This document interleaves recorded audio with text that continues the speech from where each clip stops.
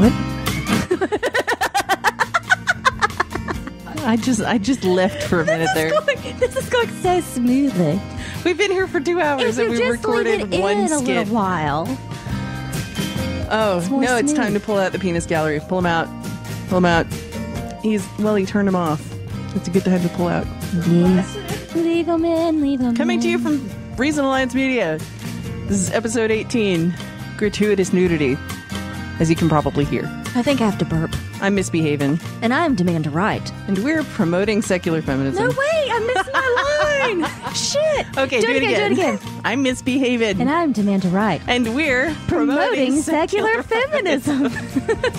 On this week's episode, Feminism 101 is on Monique Wittig. MissBea's titillating topic is federal obscenity laws. And it's a part of a new series called The Politics of Perversion.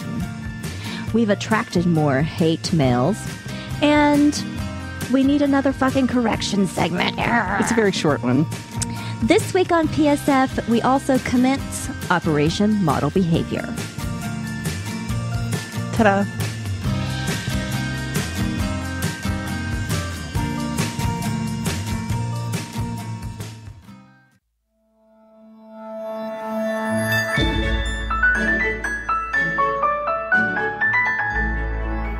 It's time for Feminism 101, when Princess Sparklefart's luminescent flatulence helps you navigate the mysterious, murky, malcontented world of man-haters.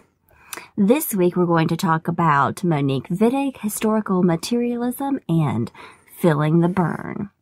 Monique Wittig is a French author and feminist theorist. She lived from 1935 to 2003 and is most famous for her article, One is Not Born a Woman.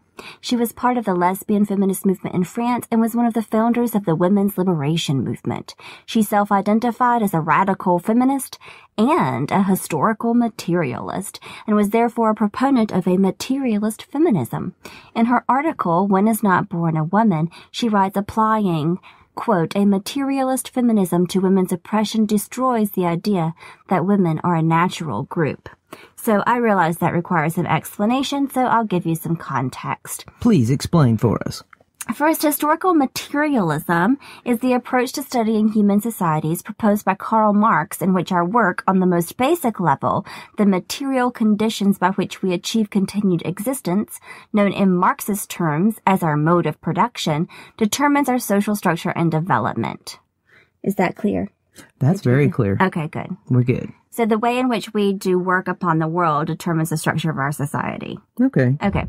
So in other words, the ways in which we have come to achieve the necessities of life determine the society we live in. Okay, now I've repeated myself. Oh, it's redundant. Well, you are talking to men and all sorts of things, so we have to have things explained. Now that's we'll talk. Very clear. This means not that capitalism determines everything about our society, as people want to characterize historical materialism. So not that capitalism determines everything about our society, but that it is capitalism and the modes of production before, such as feudalism, that configured the social structure that we experience today. For those of you in the secular community now feeling the burn, you're familiar with social class concepts in terms of economic inequality. Through Senator Sanders' critique of the 1% of society that disproportionately controls most of the capital and the political influence, or from the We Are the 99% slogan from the Occupy movement.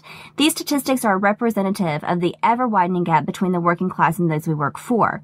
In Marxist theory, class consciousness, coming to an awareness of your oppression as a part of the 99%, is the most important factor for recognizing our society in a way that is beneficial to 100% of the people, not just 1%. As secularists, I think we should cheer historical materialism as a way of understanding world history in terms of the development of human societies that doesn't resort to divine inspiration, intelligent design, or other belief systems to explain how we've arrived at this point in time. So back to Monique Wittig. Monique Wittig applies a materialist critique to the concept of woman and says that woman is not a natural category. She is saying that social structures derived determine the way we view women. So this goes along with what we've talked about in previous episodes about the social construction of women, but here she's going a step further and saying that social construction is determined by modes of production. Okay. So, this has several lasting implications, right? So now, not just is woman a social construct, but she's a social construct created by economic organization. So Monique Wittig says, the myth of women is the mark of the oppressor. The mark does not predate the oppression. So the oppression through class struggle has created the way in which we view women. Okay, and she equates this to the work of Colette Guillemin, who shows that race as a category defined by familial lineage didn't exist prior to socioeconomic reality of black slavery. So race, like sex, is taken as an immediate given of a natural reality rather than a socioeconomic construct. Woman is an imaginary formation, the product of a social relationship created by economic conditions. I see. Clear? Okay. Yeah, so, very good. Number 2, the second implication is that there are not biological or psychological factors that determines women's positions in society. And here she's really getting at this critique of a part of feminism that relied on essentialism, the difference between men and women, in order to promote feminist causes, like those who were interested in women's writing as particularly as something essential to like the biology of women, or women as creators of civilization, etc. So Andrea Dworkin, I think we talked about her a little bit in the last episode, the anti-porn and anti-obscenity law activist, says it this way: women have turned, quote, the very ideology that has enslaved us into a dynamic, religious, psychologically compelling celebration of female biological potential. So these are what she calls the woman is wonderful people. So that means for you feminists out there, you have to decide if you are the type of feminist, people who fight for women, and therefore are you fighting for women and her defenses for this myth and its reinforcement, or for women as a class and the disappearance of this class? Does that make sense? Yes. Okay. Yes, it does. So, number 3, this is the third implication of her statement. Her statement is an important critique of the way we have previously understood historical materialism. So even though she's following in a Marxist tradition, she's providing an important critique of it. Here's the problem as she sees it. If class consciousness is the most important aspect for political transformation and social reorganization, then it is this class as a whole that's most important and not our individual subjectivity. Wittig writes that Marxism, quote, prevented all categories of oppressed people from constituting themselves as subjects and instead asked them to fight for the political class or party, right? So if we're all organizing under a class, the working class, in order to create political revolution, then it's as if we have to be first and foremost a member of that class and not a member of, for instance, our gender category or our race category. Okay. Right. Okay. Here's where I find Wittig particularly important for understanding the sometimes tenuous relationship between Black Lives Matter and Bernie Bros, or some feminists and those feeling the burn. What is terribly important is political and social transformation. We can all agree on that. But this can often sound like this revolutionary class struggle requires us to lose or subsume portions of our identity in the fight against economic inequality, as if the experience of economic inequality is the same for everyone, regardless of your race or gender or sexual orientation. I'm going to get burned alive for this. I see what you did there. Pun. But here's an example of what I'm talking about. When asked to comment on Trump's anti-choice position, Sanders called Trump's remarks shameful and beyond comprehension and referred to them as another stupid remark by Trump that Sanders suggested is a distraction from, quote, serious issues facing America. Although Bernie is a pro-choice candidate who in a recent town hall said he isn't in favor even of abortion restrictions for late-term pregnancies, that the government shouldn't ever be telling women what to do with their own bodies, Clinton was able to strike a chord with women who don't feel Bernie sees this as the most important issue, even though Clinton herself has been murky about late-term abortion restrictions. I, too, detect the media hype on these remarks and can give Bernie the benefit of the doubt, but place in class revolution a non-categorical class, one that doesn't reflect gender or race or sexual orientation as the most important priority, conveys the message that the default is therefore a heterosexual white man, the default standard, one that doesn't account for women's or women of color or a lesbian woman of color's experience of class struggle. Wittig's ingenious solution to this conundrum between organization for political revolution through social class and our need to feel our individual subjectivity is taken into account is to view the category of woman as a class, or to view the way in which we are subjects as women is a class in and of itself. You don't have to erase your subjectivity as a woman to become a part of the masses agitating for social reform, because your subjectivity as a woman is a social construct inherent to your class position in our society. Genius! Mm-hmm. If you do say so yourself. That didn't make sense. Oh, yes, it did. I'm terribly worried none of this does. Okay. Here we should give a call back to Marilyn Frye, who I would call an intersectional feminist in her non-dichotomous positive category of woman. Remember that from episode 12? The intersectional feminist and materialist feminist are working at the same problem of how to organize politically without losing individual subjectivity. Their solutions to the problem are interestingly different. For Frye, the non-essentialist and non-exclusionary category of woman becomes a way to agitate for a non-patriarchal society where gender roles are non-binary by making the category of woman as inclusive as possible. That was like non 4 times in a row. I could probably use an editor. Okay. Nine. No, that's German. Wittig is French. Wittig, however, but that sounds German, doesn't it? Oh, yes, anyway. it does. Wittig, however, comes to understand organization under such a non-dichotomous category as a class struggle itself. For Wittig, woman needs to be recognized as a category created by social organization. Oh my God, my cats are fighting. A class category that we organize around for political change, but not one that exists in any essentialist sense. Both these feminists are concerned about female subjectivity, binary gender roles, and political action. Frye teaches us that moving the feminist agenda forward depends upon making the category of woman as inclusive as possible, while Wittig shows us that this category is a product of our society, one that we must organize around for change to occur. Wittig also had quite a bit to say about the ability of homosexuality to disrupt the categories of man and woman, because to become a man or a woman used to mean to be heterosexual, and a greater social inclusion of homosexuality was therefore important for us to recognize the categories of man and woman as constructed by our historical modes of production. She views homosexuality, therefore, as a revolutionary act. I end with this thought from Wittig. Our first task is to define woman as a class. That means it is an economic and a political construct, not an eternal one. And then to dissociate that class from the myth of woman.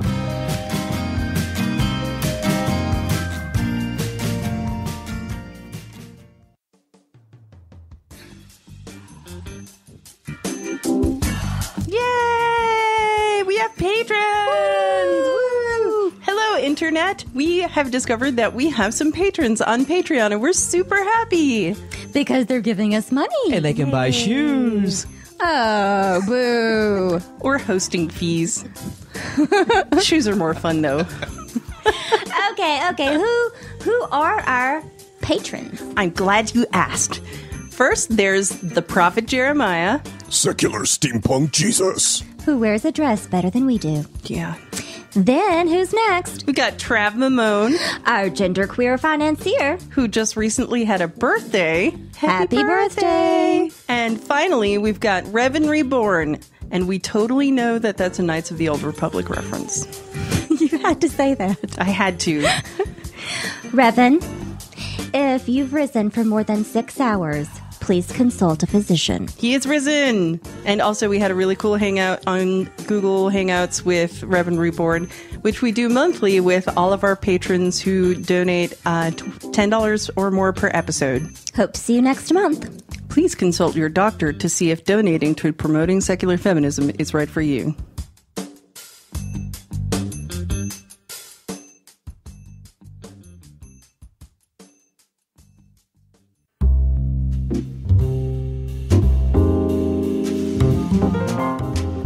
This is as good a time as any to start MissBea's titillating topic. 3 minutes I'm after taking it notes should have this started. time. You're taking notes? Yes, because the last time there was all kinds of fabulous information about lubrications, and I can't remember, so. This is not going to have any practical Really? use whatsoever. No, I'm completely What? kidding. Unless Ted Cruz is considered a lubricant. I mean, I often think of him when I have diarrhea. You know, he's no Santorum. Yeah, I was going to say, I think that Santorum would be more appropriate for that. Come up with a new outfit. He's actually involved in this segment. So, okay, here's what's going to happen. Because of some recent events that we may have heard about or read about online, I'm going to do a titillating topic series called The Politics of Perversion. Yay! I love perversion. Whether I think that it's perversion or not. Some people have different opinions of what perversion is. And we'll be talking a little bit about that today. But what inspired this is my... Well, that was one thing. Good point. Do you know that one episode where I talked about having whiskey indigestion? You know, I do remember that. Well, that's what it sounds like coming out. Go ahead. I'm sorry. Okay, that's fine. Perversion. Now we know what to look for. The call of the whiskey indigestion. So you may have heard or read that Ted Cruz recently, in defending a Texas ban on the sale of dildos and other sex toys, which is still in effect. As far as I know, in Texas, there's a ban on the sale of dildos and other sex toys. Our store would be out of business. Yeah. Dildos, and more dildos. And anal beads. LLC, outletstore.com. So Ted Cruz was defending this, and he was making a claim that Americans have no right to masturbate. Quote, "There is no substantive due process right to stimulate one's genitals for non-medical purposes unrelated to procreation or outside of an interpersonal relationship." Oh, unquote. bullshit. Craig Mazin, or Mazin, I don't know how you pronounce it, Ted Cruz's freshman roommate at Princeton, who's been very vocal about some of Ted Cruz's opinions, offered a humorous perspective via Twitter that said, quote, "Ted Cruz thinks people don't have a right to stimulate their genitals. I was his college roommate. This would be a new belief of his." So let me get this straight. So they're saying that, masturbation is like self-love. So like everyone else in America, he doesn't love himself either. Yeah. Yep. That's exactly it. And the thing is, he's saying for non-medical purposes, unrelated to procreation or outside of an interpersonal relationship. And I'm trying to think of any pertinent medical reasons. Hysteria. He's related. Hysteria exactly. is Medical purposes related to procreation or an interpersonal relationship. What medical reasons are there in an interpersonal relationship that you would have to masturbate? Hysteria that is preventing you to procreate. hysteria that makes you want to murder your partner. Right. Right. So you need to release Because you're not allowed to masturbate. Everyone has hysteria if they have a uterus, and everyone else has prosteria. So you can stick things up your butt, guys. You're welcome. Oh. Well, Butt sex. We're going to make that a thing. Prosteria. Prosteria. I like that. You know why I bring that up is because I've been making this joke a lot online, but Ted Cruz has really wanted to talk since he's got his head so far up his ass that his prostate has got to be feeling something by now. yumma. Oh, that means he's like licking his own. So, Ew! I just had a mental image. please don't. Please just So walk away. That's why his hair's so slick. I mean, what do you call it when you? He's got some Santorum in his hair. Ew. What's the sexual term for when you lick someone's Rimming. anus? Rimming. Rimming. It's rimming. Analingus. It's anal rimming. No, Analingus. No, Analingus or rimming? analingus. Analingus. Analingus. or rimming. Analingus. No, I know. Go ahead. I've heard. So,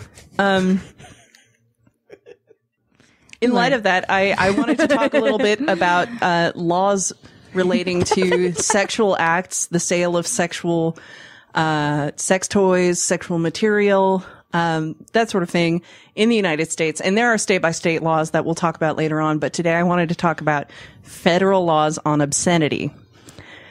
And right now, according to the Citizen's Guide to U.S. Federal Law on Obscenity, quote, the U.S. Supreme Court established the test that judges and juries use to determine whether matter is obscene in 3 major cases. Miller versus California in 1973, Smith versus United States in 1977, and Pope versus Illinois in 1987.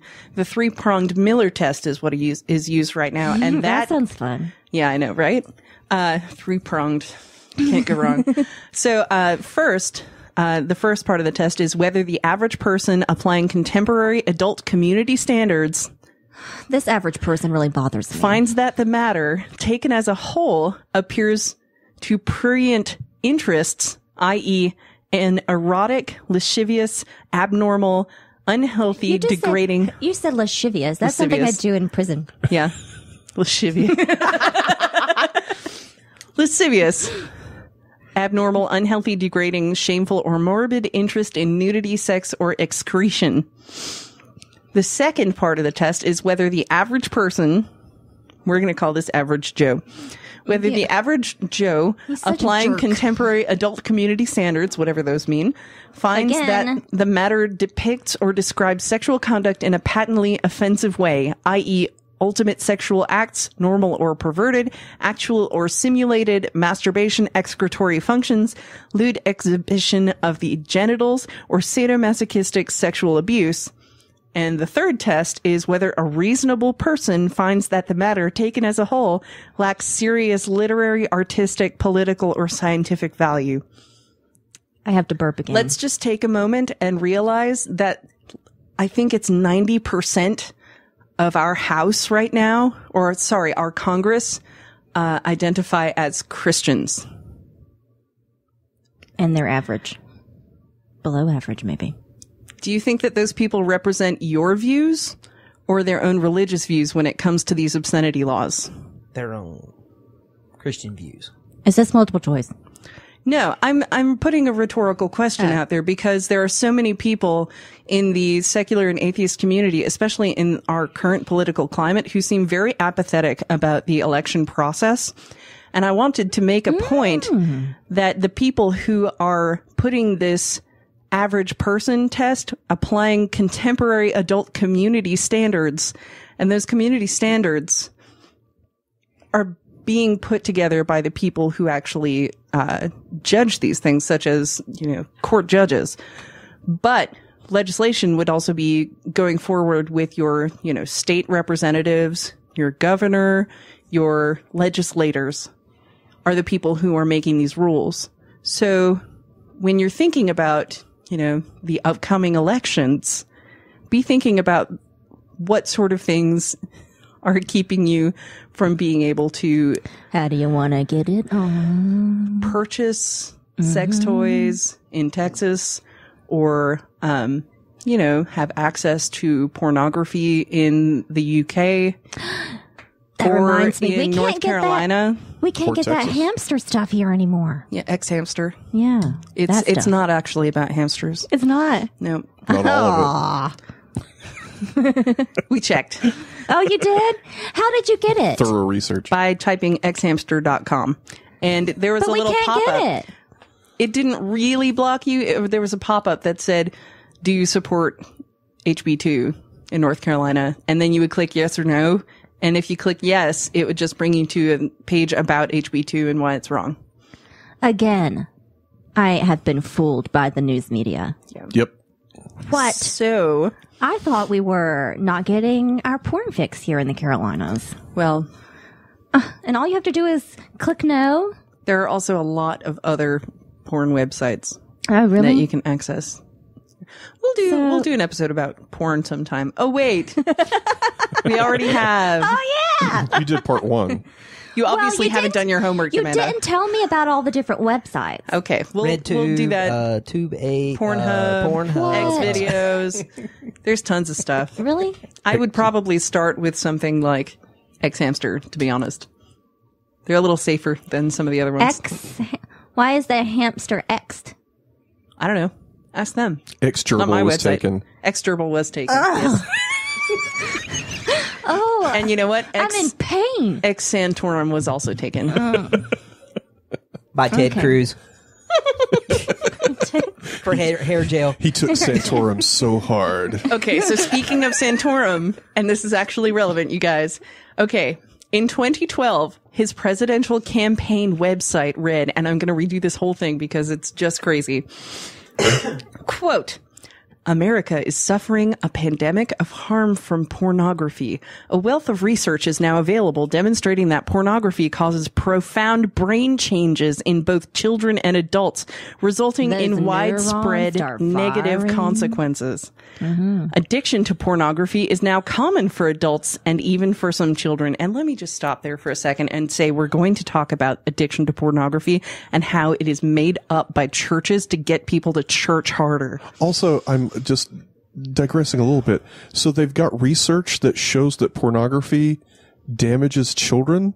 So they were doing research on children by showing them pornography. Continuing from the website, the average age of first exposure to hardcore internet pornography is now 11.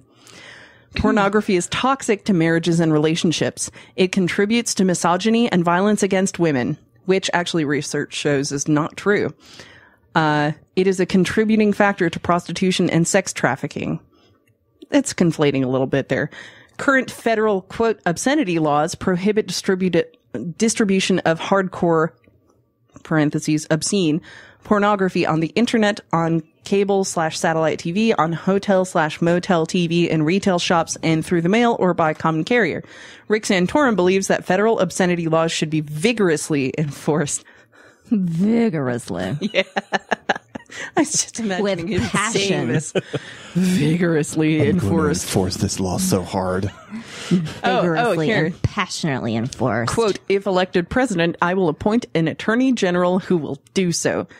The Obama administration has turned a blind eye to those who wish to preserve our culture from the scourge of pornography and has refused to enforce obscenity laws, while the Obama Department of Justice seems to favor pornographers over children and families. That will change under a Santorum administration. I mean, turning a blind eye is just polite behavior. You know, Especially unless if you're into that kind of thing. Especially if you're unless covered it's in been Santorum. agreed upon, if it's been consented that you are. I mean, you if it's know, happening watching. over there, just let it go on. Santorum can cause a blind eye if you get it in there. You could get an infection. That's right. You could get pink eye that way. That's really dangerous. Don't do that. Don't do that. So it continues. I proudly support the efforts of the War on Illegal Pornography Coalition that has tirelessly fought to get federal obscenity laws enforced. That coalition is composed of 120 national, state, and local groups, including, and here are some places to look out for, guys: Morality in Media, Family Research Council, Focus on the Family, American Family Association, Anything with Cornerstone family in the Family name. Council of New Hampshire, Pennsylvania Family Institute, Concerned Women for America, the Ethics and Religious Liberty Commission of the Southern Baptist Convention, and a host of other groups. Together we will prevail. Well, I guess that worked out really well, Santorum, since you're not in the running. Some feminists split on this issue, actually. Like, Andrea Dworkin is anti-porn, but also anti-obscenity law. Just in case you wanted to know. That's good to know, actually. So in 2015, Santorum, in an article on I should U.S. say News. was. She's dead. Yeah, that's sad. Of a heart attack, I think. U.S. News reported in 2015 that Santorum said, quote, I don't even remember that position, to be very honest with you. That's what I said. Santorum Mr. said, Wright was like, could we do that again? I'm like, what are you talking about? yep. I don't remember that It's like position. being a goldfish all the time. Santorum said during a roundtable interview at U.S. News, quote, I wish I could say I was cognizant of everything that's on my website. He said, quote, I'm not candidly familiar with the federal laws with respect to pornography, ... But all I would say is whatever the laws are, unlike this president, I will enforce them. unquote. He's all about So whatever they force. are, he doesn't even care what they are, but he's going to enforce it. He's going to bring us back to Victorian age. But you know what? Doesn't Those matter Victorians because were wild as he's fuck. not going to true. be president this time. It's the He's not even in Victorians the that running. invented porn. Yep. He's going to bring us to a pre-Victorian time. I mean, I'm sure there were other. There has never been porn a as we time know without it. porn. No, but the Victorians really sort of made it an institution. They really did. Thanks, Victorians. Yeah, they did. Victoriana is hot. Yeah. Let me show you my. But it begs the ankle. question, though, that Rick Santorum's backpedaling, right? If because I think it's been demonstrated pretty well that the areas of the country that are more conservative, that are more Christian, they consume a lot of porn. Like North They Carolina. consume more porn, in fact, than the countries or the states that are not. And I wonder if his backpedaling. And actually, very, very religiously conservative areas of the world consume more porn than but I'm more wondering if liberal his areas. backpedaling from that was a way from him to distance himself from that. So, because although people are going to be, upright and say, yes, we hate porn, they really don't actually want him to ban porn. Everybody likes porn. Yeah, They and just don't talk didn't about want to it. back. He did, Or I at wonder least if that they has something are to do with it. indifferent. Yeah. And those who are against porn are still against the legislation that keeps it from being distributed and being a thing. So, how this happened? How do we get to the point where we had those tests for what is obscene enough to be banned by the U.S. federal courts? Gerbils. Hamsters. Not necessarily. But, that might have been involved. Santorum was probably involved. Probably so. The definition of the word Santorum, not the person Santorum, Yes. although he probably was involved in some Yes. way. Okay, so we're going to have a little travel down Wikipedia lane for a moment here, guys. From Wikipedia here, the sale and that was a distribution. pun, wasn't it? Like the PED for Wikipedia. foot Yeah. and We're gonna traveling and walk walking. down Wikipedia lane. Yeah. Yep. That was nice. Thanks. I appreciated it. Aw. Somebody gets my jokes. Yes. That's why I'm here. All right. So it says the sale and distribution of obscene materials had been prohibited in most American states since the early 19th century and by federal laws since 1873. Adoption of obscenity laws in the United States at the federal level in 1873 was largely due to the efforts of Anthony Comstock. Comstock's intense lobbying led to the passage of an anti-obscenity statute known as the Comstock Act, which made it a crime to distribute, quote, obscene material through the post. It also prohibited the use of the mail for distribution of birth control devices and information. Thanks, Comstock. Comstock was appointed postal inspector to enforce the new law.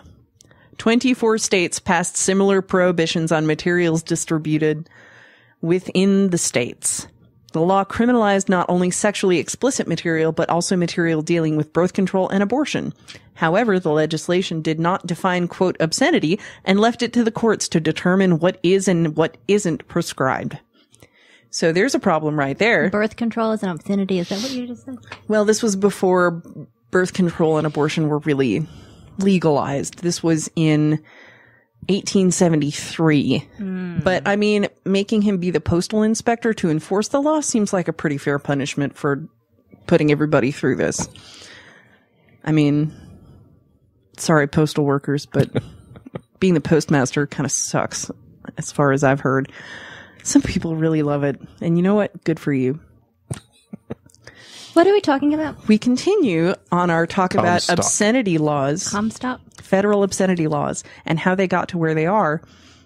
Although lower courts in the U.S. had used the Hicklin standard sporadically since 1868, there had been a Hicklin standard before.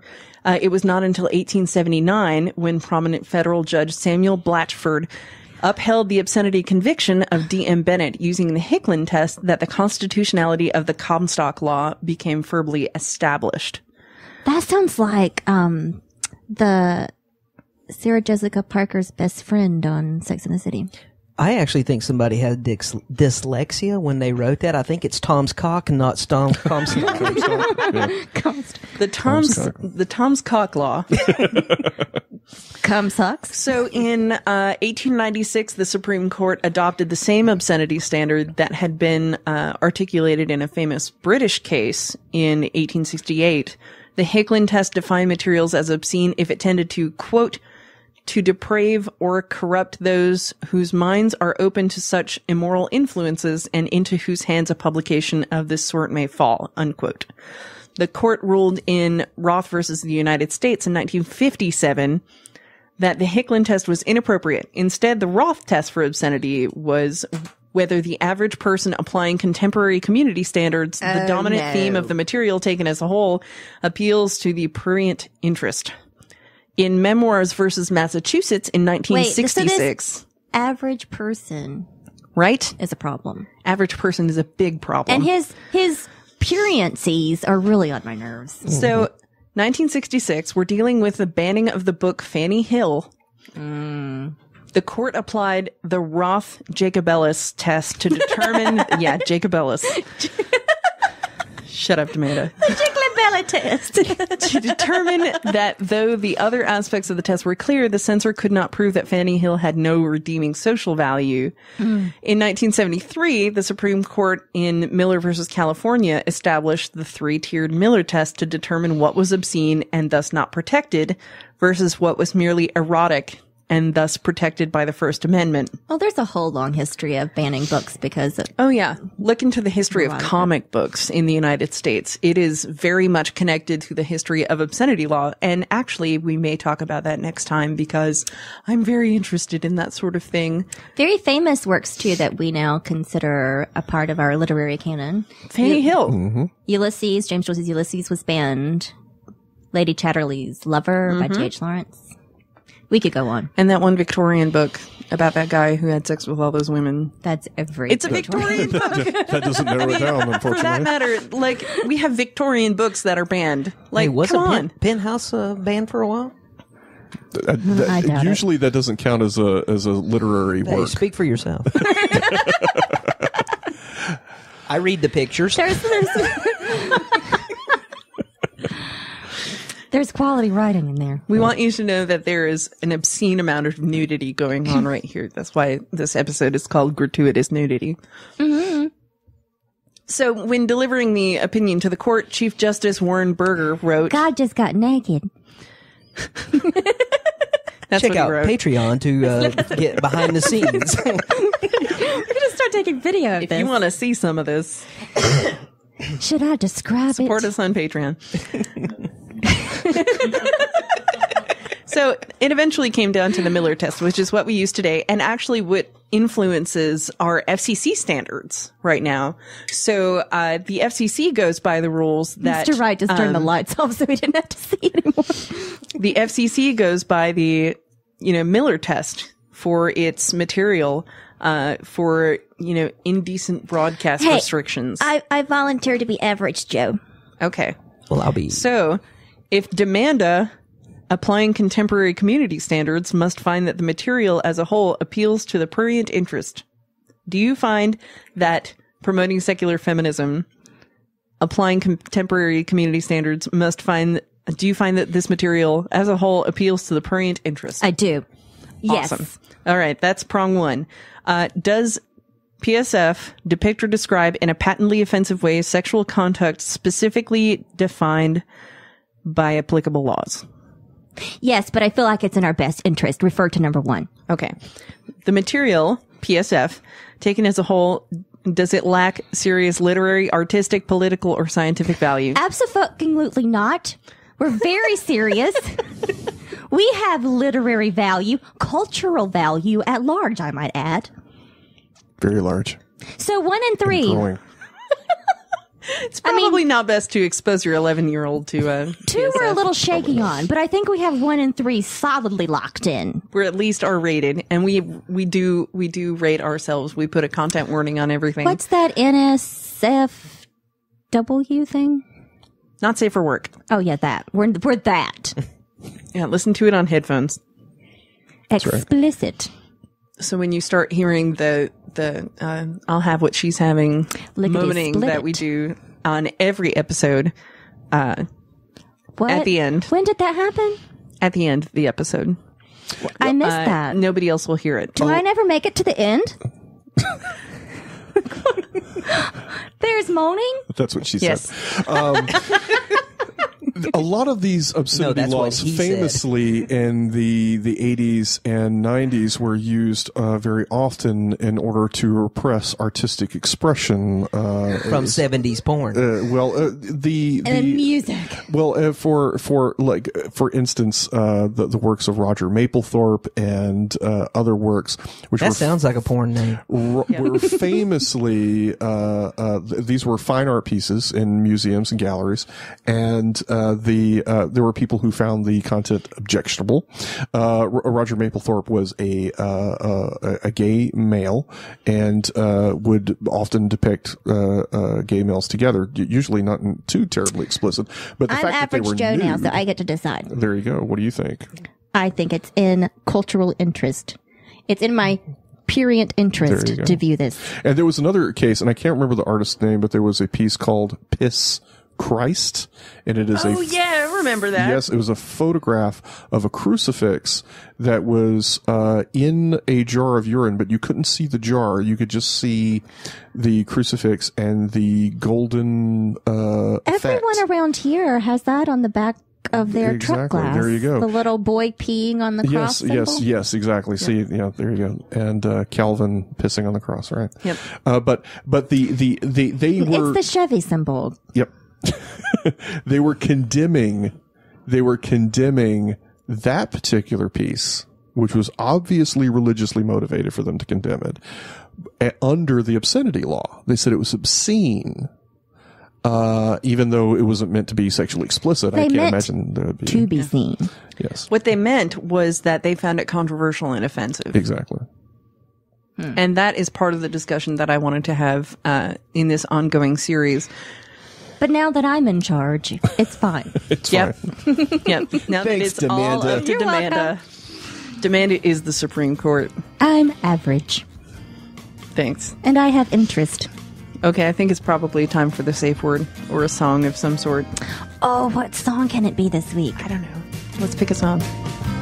Okay. We can end this track. Banana in pink leather pajamas. I could do Imagine. I know that song. I could do like the first phrase of it. Imagine all the Santorums. Living life in peace.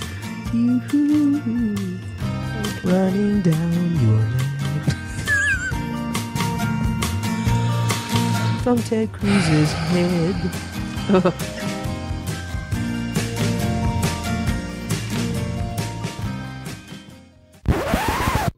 All right, shall we read this letter? This is hate mail. Fan mail. You're putting With God the to ghost sleep. of Alan Rickman. We're putting God I'm to not sleep. doing Alan Rickman. Oh, come on. I don't think I could do this. Can you whole do thing the as first Alan line, Rickman. please? Ghost of Alan Rickman, everybody.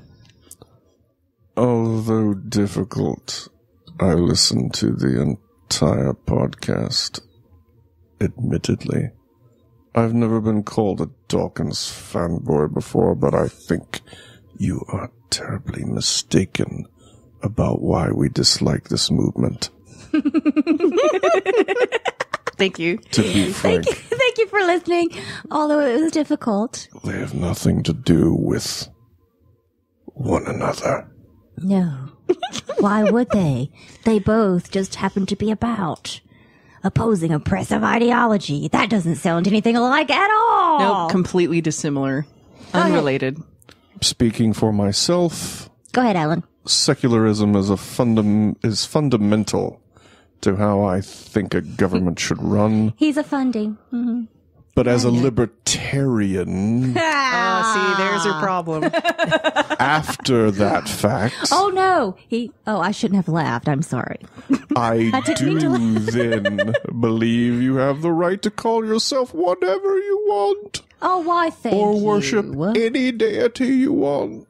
Thanks for the permission, random internet stranger. Just expect that my freedom to disagree or argue is just as important. Which And you have we've just exercised. Never argued otherwise. No. We have always argued for free speech on this show. And if we haven't, feel free to point it out Could you because sing we some do Express fucking correction segments. Could I express myself? Yes. Oh, yes.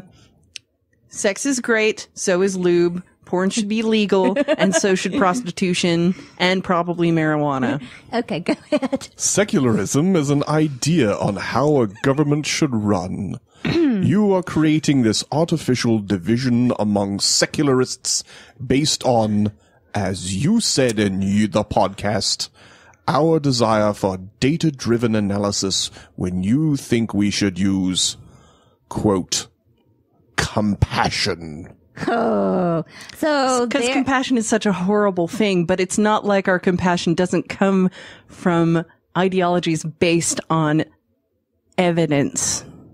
No, wait a minute. So on the podcast, apparently we've said that where like everyone out there that we're critiquing is data driven. We're not data driven. We just want you to get the feely goods. We've said we're not data driven? I like Philly goods. I spend all of my I'm work pro Philly goods. dealing with data. So if I don't talk about data enough, please let's talk about it. I am actually He's my favorite on the Next Generation. an episode of yes, I Atheistically love Speaking data. talking about the gender wage gap and talking about how difficult it is to interpret statistical data.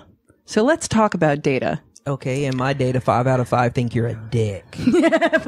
As Oh no, I laughed as again. is attributed to Mark Twain, there are 3 types of lies. Lies, damned lies, and statistics. And that's coming from someone who works in fucking data. I think you're ironically making his point that you're not data driven.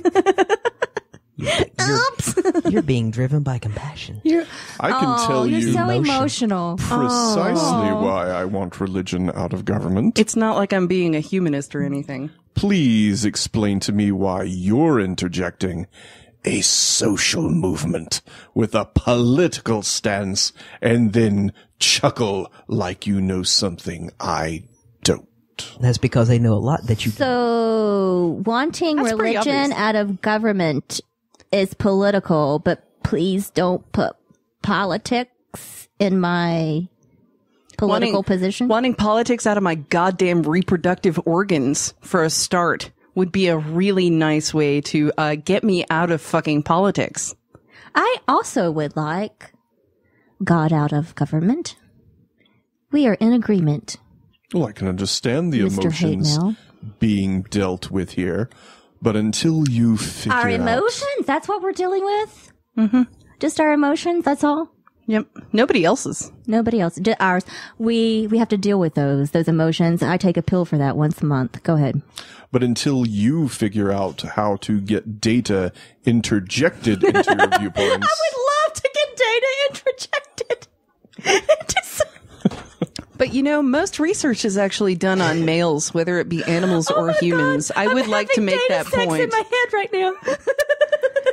Research really is unfairly done on male humans and male animals, including in medical research.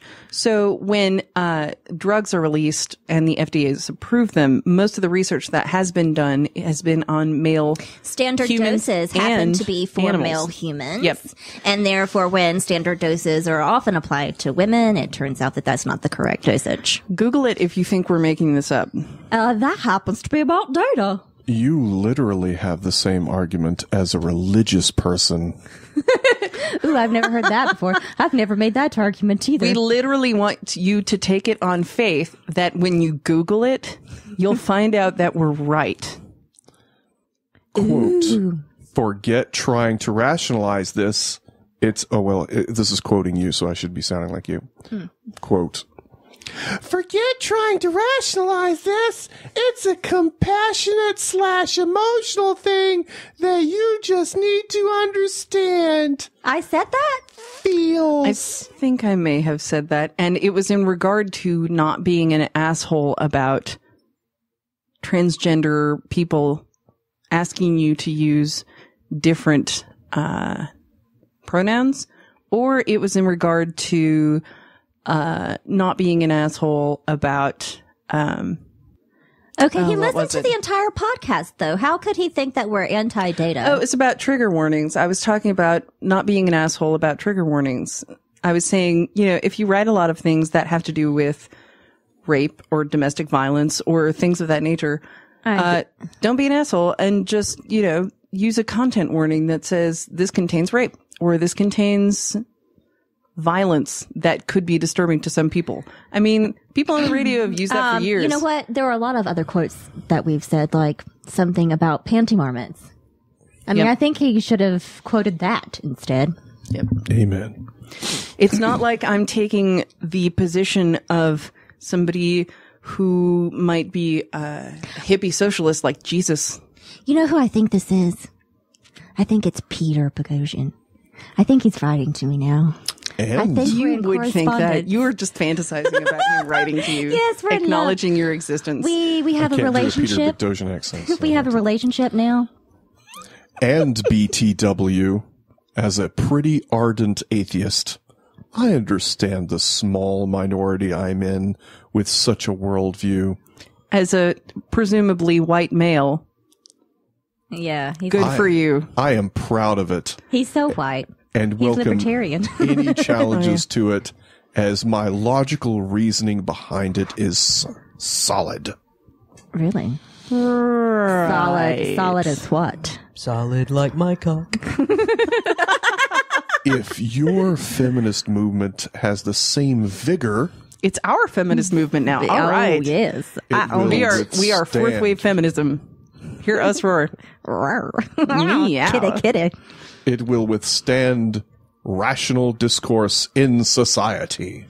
Well, some of our discourse is a bit irrational, but otherwise we withstand discourse. Yeah.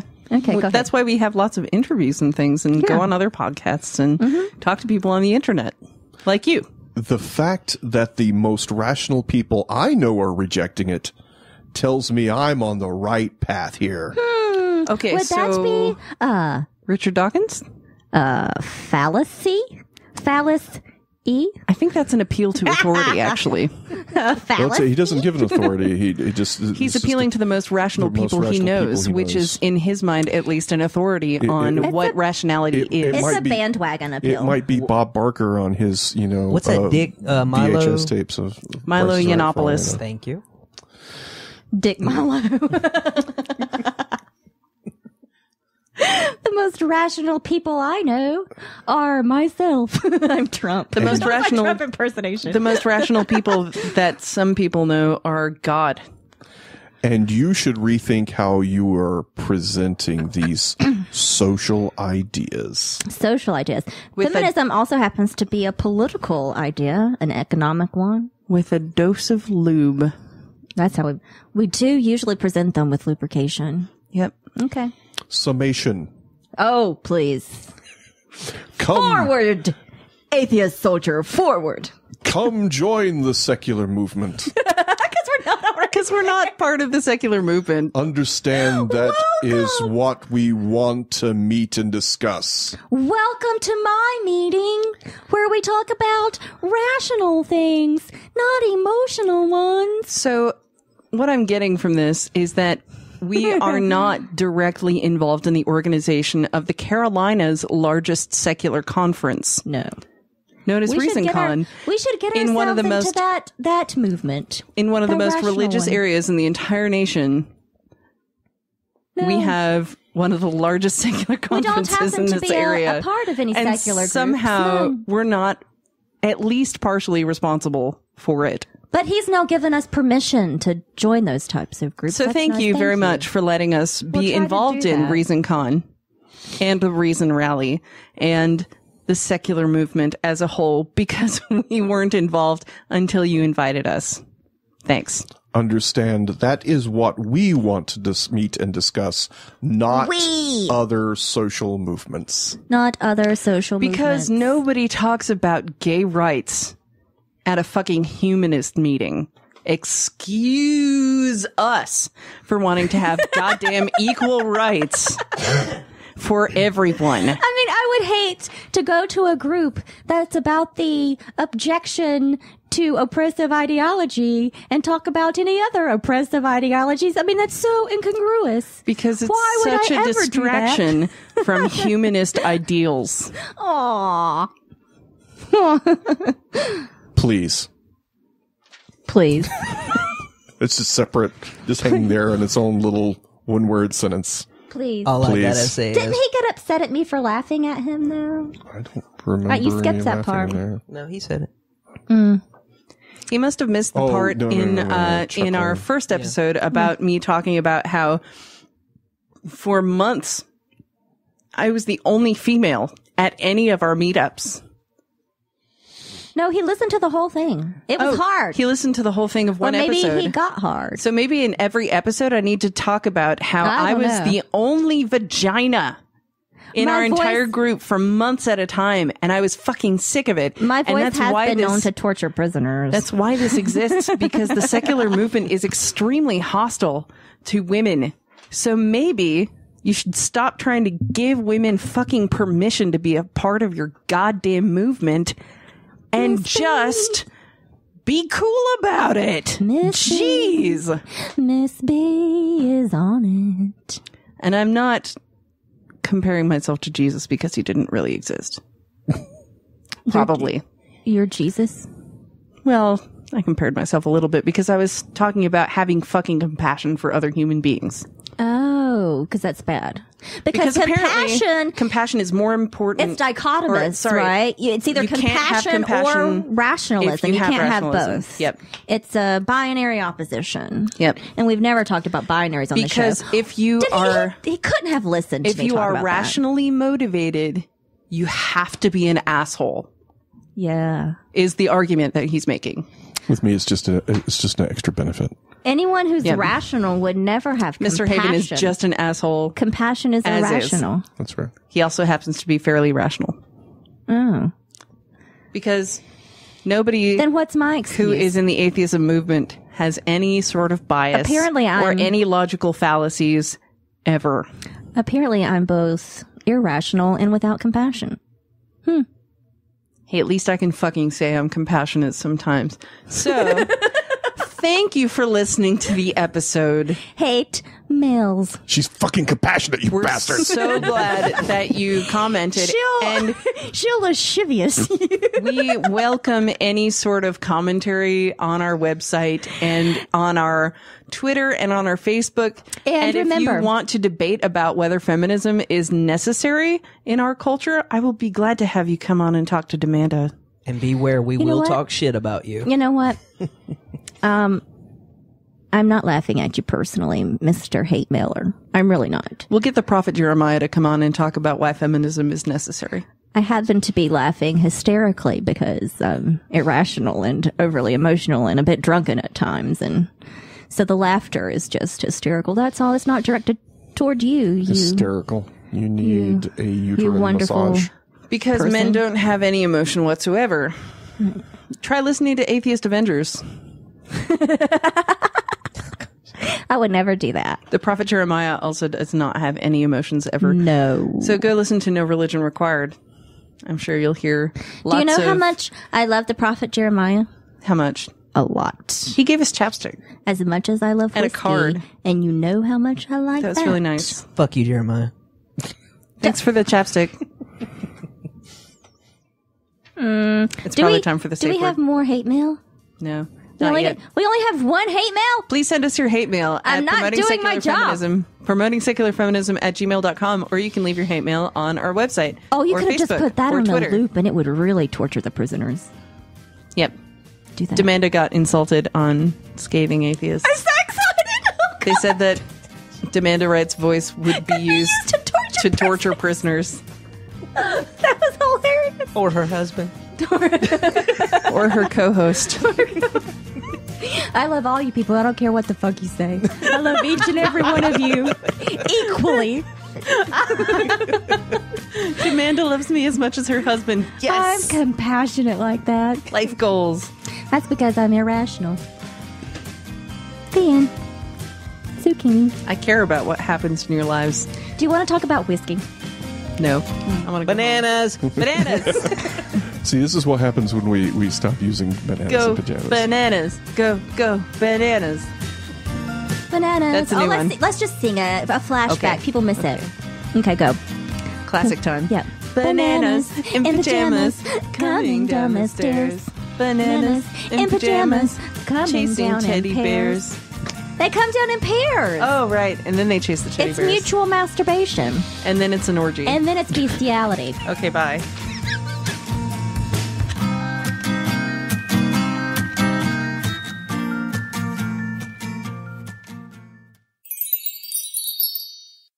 It's time for another fucking correction segment. Oh my God, I'm such an idiot.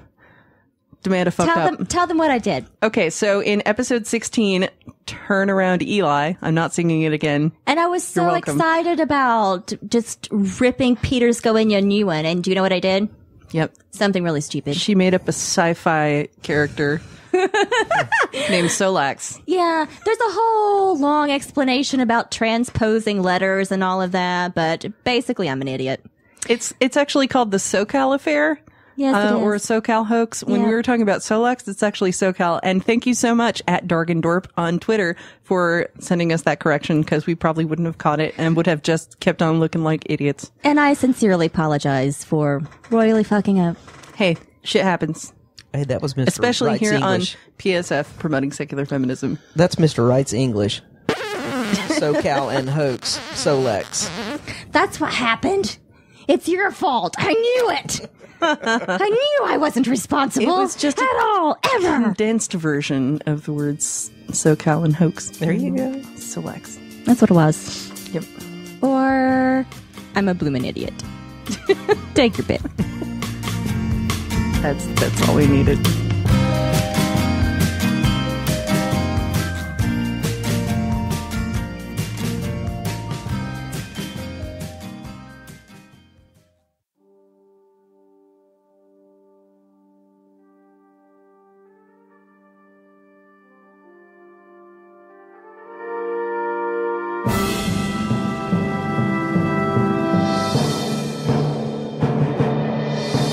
Out of the mists of legend and myth, with a sparkling giggle and a farcical flatulence, comes Princess Sparklefarts, a new heroine for a new age. A young secret agent for the imagination's Royal Intelligence Bureau, sworn to uphold all that is right, true, and equitable. She is Secret Agent Princess Sparklefarts! Princess Sparklefarts, normally in her natural form, as a winged and farting unicorn, has used her magical shape-changing abilities to transform herself into the likeness of a sexually appealing woman in order to investigate the strange human beings of the non-magical variety. Going by what she thinks is an average human name, Brownie Two Arms, we join our shape-changing heroine, who is now a top model for the Superfacial Model Management. We now join her at a fashion show in Milan. Here I am at a fashion show in Milan. Gee, there sure are a lot of naked women standing around. Brownie, that's like the 5th time you've said that out loud. I'm just surprised. From my recent experience, human beings tend to be concerned with displaying their monkey parts. Monkey parts? Brownie, you have a unique way of saying things. Where did you say you were originally from? Would you believe that I'm originally from France? SNL fan, eh? I like the classic series myself. Gilda Radner was such genius. Those are a lot of words which I understand individually, but when they are together in that particular order, I am confused about their specific meaning. However, I assure you that my monkey parts are identical to yours. Listen, Brownie, there has been something I've been meaning to talk to you about. Over the last few weeks, I've been acting as something of a mentor to you. I'm getting a little too old for this kind of work. I'm almost 19, and I'll have to retire from the business soon. I want to pass on to you younger girls everything that I've learned in my 6 years in the business. Lots of girls get a bit overwhelmed with the sudden fame, the money, and the easy availability of a wide assortment of drugs. Yes, humans do enjoy recreational use of chemical substances. Yes, well, I'm just saying you should stay away from drugs, Brownie, especially whatever you're on right now. On? Should I not be standing on the floor? Ugh, Brownie, our floor is drugs. No? No. Although I suppose you could experience intoxicating effects from certain chemicals in vinyl tiles. No. Ethylene dichlorides can be especially volatile under certain conditions, but I doubt any human consuming such chemicals would survive long enough to experience anything that they could perceive as positive influences. Brownie, get a hold of yourself. You're babbling. Oh gosh, I'm sorry. I guess I'm just nervous about going out on the runway. Is it walk forward and turn, or turn and walk forward? It's walk forward and turn. You'll be fine, Brownie. Just make sure you turn before you reach the end of the runway, and you'll be fine. Okay. Thank you so much, Sandy Crawfish. Just Sandy. You don't have to use my whole name when you talk to me, Brownie. Thank you, Sandy. You're welcome. Gee, there sure are a lot of naked women standing around. Girls, stop with the chit-chatting. We can hear you in the front row. Sandy, darling, why are you still naked? You go on next. Where is that fabulous dress that I made you? The dress you gave me does not fit, Carl. Mr. Lutefisk. Oh, drop it, Carl. I'll call you Mr. Lutefisk when you start addressing me as Miss Crawfish. Where's your dress? It is still on the rack. I tell you, it does not fit. You have gained weight, you silly sow. Watch it, Carl. I know Tai Chi, and I'm not afraid to use it. The dress is a size 00 for prepubescence. Don't be ridiculous, you hysterical sea cow. That dress is a size 2 in girls. How can you expect an adult woman to wear such a ridiculously small dress? By not being such an overfed hog beast, you beached whale person? Fine. If you do not want to keep a lovely waifish shape, then I will find another model to wear my beautiful centimeters of clothing. You, what's your name? Brownie Two Arms. Whatever it is. Take off that dress and put on this one. You're going to be taking Sandy's place. Fine by me. I'll do whatever an average human woman who happens to be a highly paid fashion model would do. Good. Then stab your friend in the back and take her place in the show. You're on next. I will be watching you down the 2 alarms. That was intense. It's all right, Brownie. I was going to retire anyway, and I, for one, am a little tired of the absurd expectations for women in this industry anymore. Good luck getting that dress on, though. It wouldn't fit on my head, let alone my ass. Thank you, Sandy. I'll try to make you proud. I'm sure you will, Brownie. And next up is newcomer Brownie Two Arms in this short and sweet swimsuit number. This delightful design gives the name micro bikini a new meaning while leisurely ambling down the beaches of Monaco with your sugar daddy, enjoying a vodka martini poolside at a supervillain's secret volcano island lair, or just spending Independence Day bullseyeing nutria from your uncle's paddle boat. Oh my gosh, look at that. Amazing.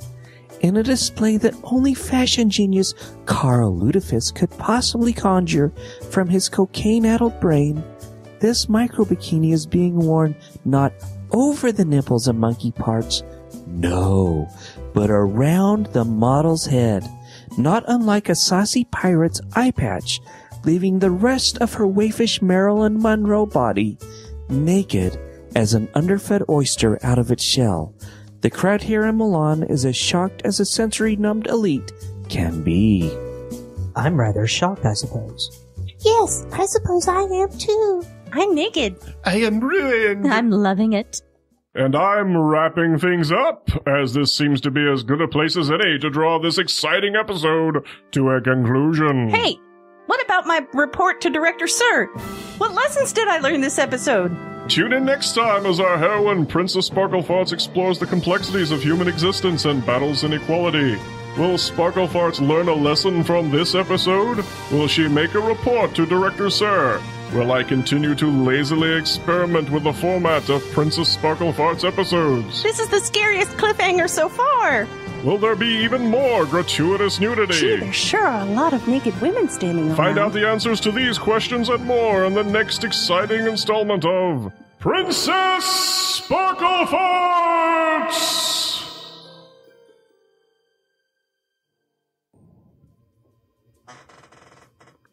That was awful. You see, that was awful. I can't hear myself speak. Do we need the penises? No. Yes! Never. We always need the penises. All right, we're good. I vote we never take them out. That could be a little messy. Always leave them in. That's what I say for the podcast. And they're better in than out.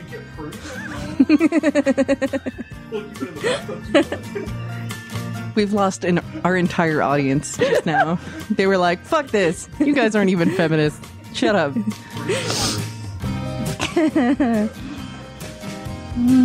Thanks for still listening to Promoting Secular Feminism. We can't believe you actually do that. You can find us online at promotingsecularfeminism.com. On Twitter, we're at Secular Feminism, and Facebook.com/Promoting Secular Feminism. We have a Patreon now. If you'd like to support us, it is patreon.com/Promoting Secular Feminism. And if you'd like to contact us, you can email us at promotingsecularfeminism@gmail.com or contact us on Facebook or Twitter. I'm MissBea Haven, keeping the Fed out of your tuna spread. And I'm Demanda Wright, and we'll see you next Tuesday.